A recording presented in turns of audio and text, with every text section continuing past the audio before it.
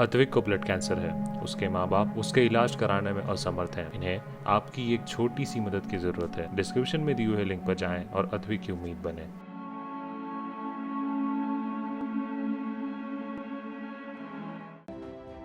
अभी इजराइल और हमास के बीच संघर्ष विराम हुए कुछ ही दिन हुए थे कि अब यूरोप में भी उथल पुथल मचनी शुरू हो गई है। यूरोप का एक देश है ऑस्ट्रिया, जहां पर इस्लामी नक्शा जारी करने पर भयंकर बवाल मच गया है।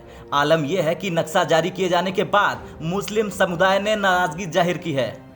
अब इस नक्शे में आखिर ऐसा है क्या जिसे लेकर विवाद होता जा रहा है? दरअसल ऑस्ट्रिया के एक मुस्लिम ग्रुप ने ऑस्ट्रिया सरकार की मुखिया चांसलर क्रूज पर विवादित नक्शे का अनावरण किए जाने के खिलाफ कानूनी कार्रवाई शुरू करने का इरादा जताया है।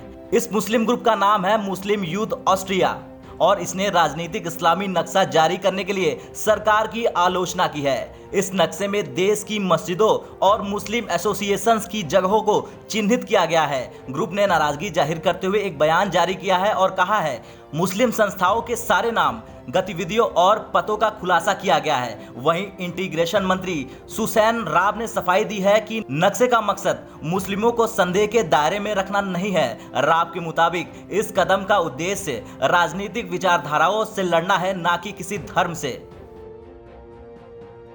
चलिए अब आपको बताते हैं कि ये नक्शा किस जगह, किस वेबसाइट और ऑस्ट्रिया के किस मंत्री ने जारी किया। दरअसल ऑस्ट्रिया के इंटीग्रेशन मंत्री सुसैन राब ने नेशनल मैप ऑफ इस्लाम के नाम की एक वेबसाइट लॉन्च की। इस वेबसाइट में 620 से अधिक नाम और पते दिए गए हैं, जिसमें मस्जिदें, एसोसिएशंस और उनके अधिकारियों के नाम शामिल है। इनमें उनके बाहरी देशों के संभावित संपर्क को भी शामिल किया गया है। तो वहीं इस पर ऑस्ट्रियाई मीडिया की एक रिपोर्ट की माने तो नक्शे से चांसलर की कंजर्वेटिव ऑस्ट्रियन पीपुल्स पार्टी और इसके सहयोगी ग्रीन पार्टी के बीच तनाव बढ़ गया है, क्योंकि ऑस्ट्रियन पार्टी के प्रवक्ता अल नगासी ने ट्विटर पर जर्मन भाषा में लिखी पोस्ट में साफ किया है कि उनकी पार्टी का कोई भी सदस्य नक्शे की प्रक्रिया से नहीं जुड़ा है और न ही पार्टी को इस बारे में अग्रिम तौर पर बताया गया है। नगासी ने आगे ये भी कहा कि इंटीग्रेशन पॉलिसी या संवाद जिस तरह होना चाहिए, ये कदम उसके उलट है। इस ट्वीट के बाद the group Islamic religious community ने ऑस्ट्रिया को चेतावनी दे डाली कि ऑस्ट्रिया में रहने वाले मुस्लिमों को इस तरह अलग अलग तरीके से चिन्हित करना देश की लोकतांत्रिक व्यवस्था और समाज के लिए संभावित खतरा है।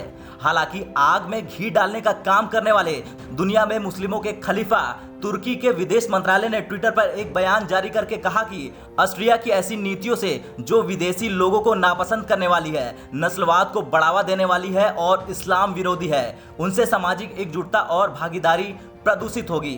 ब्यूरो रिपोर्ट, भारत तक।